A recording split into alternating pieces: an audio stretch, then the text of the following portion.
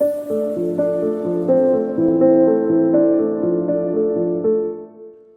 to the Wild Enthusiasm for Living podcast. I am your host, Dr. Melissa Mann. Join me for conversations about possibilities and tools for having more joy, more play, and way more of you. What would it be like to wake up every day with a wild enthusiasm for living?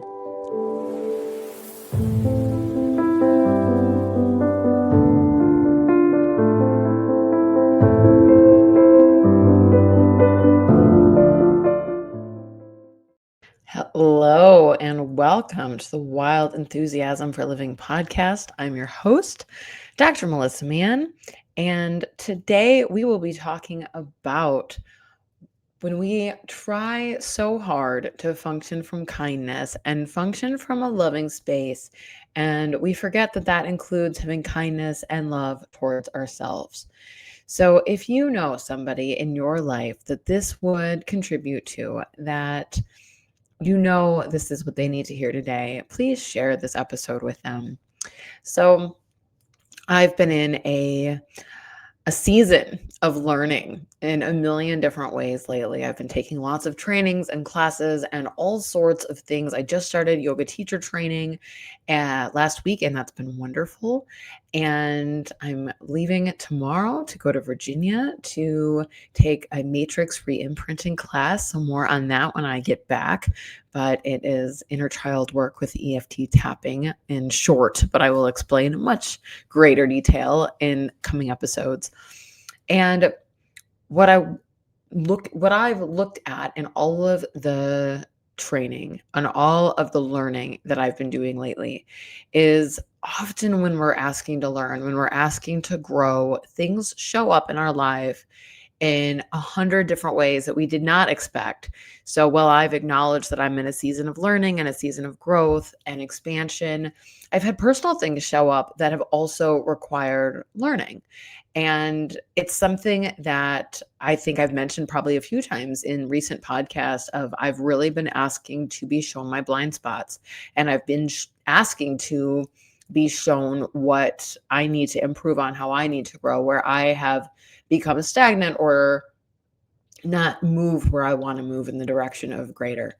And ask and you shall receive. I have gotten so much more awareness and so many things showing up in my life that have been loud and clear and mirrors of, hey, this is something you still need to look at. So I'm like, how do I tell this story in short? Because it's sort of a very long story.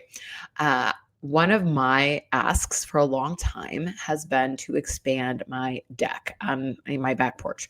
So we have a screened-in porch, and I love that. That's my sanctuary. I've spent a ton of time out there since we bought our house. That is my favorite place. And we don't have any outdoor space because that's screened in. So I finally this summer was like, the summer, we're going to do it. I'm going to add a deck that is an outdoor space on, and it should be a very simple, small project. And I called a whole bunch of contractors, and one showed up. The rest did not show up at all. And I was like, great, this is great.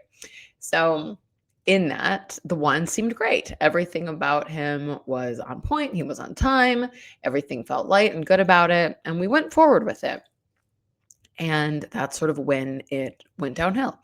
And a project that was promised to take 2 weeks has ended up taking about 4 months, and it's still not complete, but we're on a better road now. And in that, I kept trying to be kind. And I was like, I don't know what's going on in this person's life. I don't know why it's taking as long as it's taking. I'm sure he has personal issues going on. He told me about some of his personal issues going on. And I was like, see, I'm right. I'm being a kind person. And I let it go and I let it go and I let it go. Meanwhile, I was getting angrier and angrier while simultaneously trying to be a good person and simultaneously trying to have a kind heart and function from love, where in the past I would have been angry and demanding and had my back a little bit more. And in all of this, I, asked people for advice, and they were like, oh, don't be too pushy. Don't be too much. Give him space. It's okay. And I listened. I listened to everybody else and people that I love and care about deeply. And I've also acknowledged where one of my strong suits has been that I don't usually let people walk all over me. And I've gotten very good over the years at having boundaries and saying, hey, this doesn't work for me and this is what's required. And I didn't do that here because I was trying to turn over a new leaf. I was trying to function more from my heart space. And what I learned in this whole story is that I when functioning from heart, when functioning from love, it also includes me. It doesn't mean negating me. It doesn't mean negating my needs, my boundaries, what actually works for me in favor of being kind to everybody else. And that was something that I missed because I had made myself wrong for being so strong and not confrontational so much as just like saying like, hey, this doesn't work for me, having my back. And I really didn't do that here. And what's been interesting is seeing it all now. So at the end of the story, of course, is that we had the inspector come out for the third time and we failed the third inspection.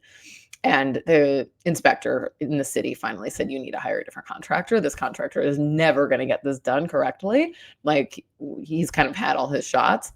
And he was a really nice guy. And I heard what he said. And I was like, you know what? You're right. I think I've given this contractor way too much grace. And we hired somebody else and they're starting this week. And I feel better. I lost money, I think, in this story. We'll see how it all shakes out in the end. And it's unfortunate, but it isn't the end of the world. And that's one of the things that I got to from the whole experience was, whatever, money, whatever, it'll be fine. It's not that big of a deal. Is it frustrating? Of course it is. But what I learned here, and it's so funny too, because throughout the whole thing, I've been like, what's the lesson here? What's the lesson here? Why is this happening? And it did require me to have a great amount of patience, which I do not normally have. So my friends were like, well, you're learning patience. I'm like, am I though? Because I'm, still pretty impatient that it hasn't gotten done correctly. And is there an element of learning patience from this story? Absolutely. But I think one of the things that I really got to is that when we function from heart, when we function from love, when we are willing to have grace for people and forgive people for their transgressions, for the things that have not been done for our best interest, all of that is included in functioning from heart. All of that's included in being a kind, loving person. The thing that I was missing is that it still includes me. It doesn't mean that I now am going to function more from my heart and I'm going to be a kinder person, or not that I wasn't being a kind person before, but I really have emphasized wanting to function more from heart. But where I lost it is that I matter too. What works for me is still relevant. And I tell you this story because I see a lot of people do this. They're like, well, I want to be a good person. I want to be a kind person. I want to be somebody who I feel good about, where I'm functioning from integrity and I'm not saying anything or doing anything that would be out of integrity from who I actually am. And yes, that. But where we mess up and where we miss it a lot is we think that it actually means being a doormat. We think that actually means letting people walk all over us, take advantage, and not stand up for ourselves in favor of like, well, I don't know what it's like to be in their world. I want to give them the benefit of the doubt. I see the good in everyone. Do you hear yourself in this? Because I hear myself in this. I've always been that way. I've just usually been a little bit stronger, a little bit more willing to say like, hey, this doesn't work. And I didn't do that here in favor of really trying to be kinder. And I was like, initially I was so angry about it. I was like, I didn't learn anything. I was trying to be a kinder person. And all I've learned is that I shouldn't do that at all. But I stepped back from the whole thing. And I was like, you know what, though? I did learn something really valuable, and that there is a balance in everything. I can be this and that. I can be a strong person. I can have my own back, and I can be kind, and I can be loving, and I can be I don't have to address somebody with anger and rage and hate or anything like that, but I can say, hey, this is the product that you promised and you haven't delivered. Therefore, I'm requesting a refund. That is an okay thing to do, instead of being like, oh, well, I don't want to hurt this person, or I don't want to hurt their business, or because that's where we end up negating ourselves and ultimately pushing down anger. I have felt more at peace in the last 24 hours since we sort of got this all moving in a different direction than I felt in the 4 months since we started.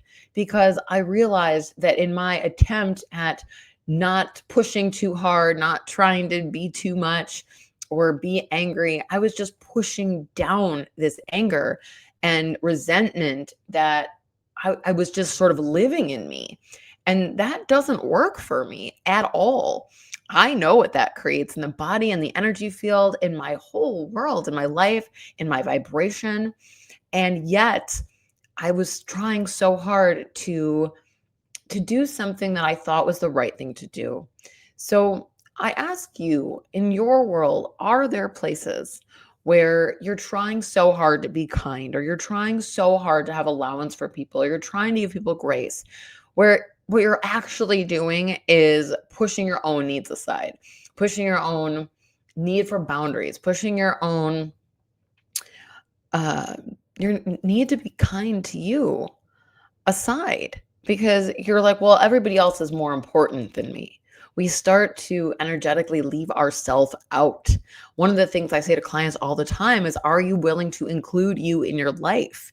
And that usually shocks people because they're like, oh, I'm not including me in my life, am I? But most people don't even realize they're doing it. They're just living their life for everybody else. They're worried about their kids and their spouse and their coworkers and their boss and everybody else in their life except them. And I always remind people, you care so much about other people, but you are a people too. You are a person. You have to care for yourself also. And it's the old adage of when you're, flying on the airplane and they tell you the safety instructions and they say, if the oxygen masks drop, put your own mask on first before you assist those around you. And that's something that we say in the world of psychology all the time. And you've probably heard that. But it's something I think about a lot, because you have to take care of yourself in order to take care of other people. And when you forget that, you start taking care of everybody else, even if it's a contractor you hired that you don't want to hurt their feelings or make them sad or make them mad. And then you can't breathe because you're so busy caring for everybody else that you're not including you in your life. And then you don't have the energy, the vitality that you actually require in order to show up in the world, in order to be the true kindness that you be. If you're functioning from pushing all of those feelings down, from pushing down anger and resentment and that frustration of your needs not being met, then you're not showing up in the world as the greatest version of you. The you that raises the vibration on the planet is you that has boundaries, is getting your needs met, is being kind to you and everybody else, not just being the kindness towards everybody else or taking up the least amount of space or making sure that everybody else is taken care of before you. You have to start including you in your life. And I just had a very frustrating lesson in that, of the value of including us in our lives. And that doesn't mean that you're not being kind. If you say, hey, what's occurring is not what was promised and this isn't working for me, that is an okay thing to do and say. And even if you end up hurting somebody's feelings, even if that person needs to vilify you, even if in some world you've rocked the boat in some way, because ultimately you're being true to you and it's not an unkindness.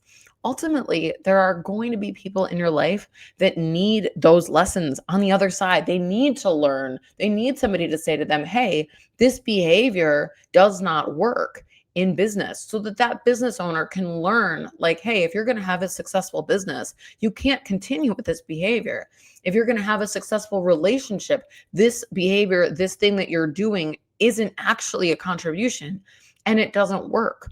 That is sometimes a kindness to let people know in a kind way. This isn't about yelling and screaming and throwing a stomping fit. It's about you saying firmly with kindness, but honesty and standing your ground that, hey, like this thing that you've been doing isn't actually okay with me. And something has to give here. I have this conversation with people about relationships all the time about like, hey, if this person that you're in a relationship with is continually doing something that does not work for you, you have to address it. It doesn't have to be a yelling, screaming fight. It can be a, hey, can we have a conversation? This thing has not been working. That's not unkind to them or to you. You have to be willing to have that kindness towards everyone in your world in order to have the kind of life that you'd like to have and to start to see that it is indeed a contribution. You are contributing to the greater good in the world if you're willing to stand up for yourself and have your own back, because it helps you to know for you that you matter. And most of us weren't taught that. Most of us were taught that we don't matter, that we need to make other people more important than ourselves. And it's just not true. And it's what leads to depression. It's what leads to anxiety. It's what leads to not really having your it's it's what leads to you not having you. It's what leads to you not actually creating a better, higher vibration in the world. So, I want you to look at this for you as you're listening to this. Is there somewhere in your life that you have decided that self sacrifice is the same thing as love? Is there somewhere in your life where you've confused being loving with being passive? Is there somewhere in your life, or is there a situation in your life that is asking for you to start to have your own back that you haven't been willing to look at or be with before? And how might you start to include yourself in your life and have compassion for you? Take a moment. And if you're driving, don't close your eyes. But if you're in a space that you can, just take a moment and close your eyes and just breathe into your heart and allow yourself to feel the love that is you flowing both outward from you into the world and also receiving love into your heart center. And allow yourself to know that you can function from love. You can function from an open heart and still have your own back and still stand up for yourself and still say, hey, something has to shift or change here. Start to look at where you haven't been choosing that and what small changes can you make today to start to lean more into that, to start to have more self-love, self-compassion, grace for yourself as you've also had towards everyone else. There is a way to have both. You don't have to give yourself up for other people, and you don't have to function from selfishness either, where this is what I need and this is what I want, and I don't care about anybody else. That's not it. That's not it at all. And I think a lot of people are afraid that if they let themselves have a space of self-compassion and boundaries for themselves, that then they're going to like swing too far the other direction, that they then won't be able to still have kindness and love towards other people. And so, erring on the side of caution, they sort of give themselves up. But let yourself truly sink into your heart and let yourself know that you can have both. It's all included. You can function from love in all ways in your life with an open heart, and that includes you. So, what small steps can you take today? What small conversations need to be had? Where do you need to step into having a greater sense of your own power in order to function from the truly loving person, the truly kind person that you actually are, that includes all beings, you and everyone else on the planet? So, I think that's what I have for you guys today. I hope you have taken away something from this, from my own interesting experience with having a deck built. I look forward to the day that that deck is actually done and I can share with you the full circle moment of here I am sitting on my deck. We're not there yet. and, and we're on our way there. So I appreciate you listening, and I'm so grateful. Please leave a review of the Wild Enthusiasm for Living podcast. If you haven't already, when we leave reviews on podcasts, it pushes them greater into the algorithm, into the world, so that more people can listen and have a sense of them. And that's part of my goal on the planet, is that more people can have a true wild enthusiasm for living. So I hope you have an amazing day, and I will see you next time. Bye-bye.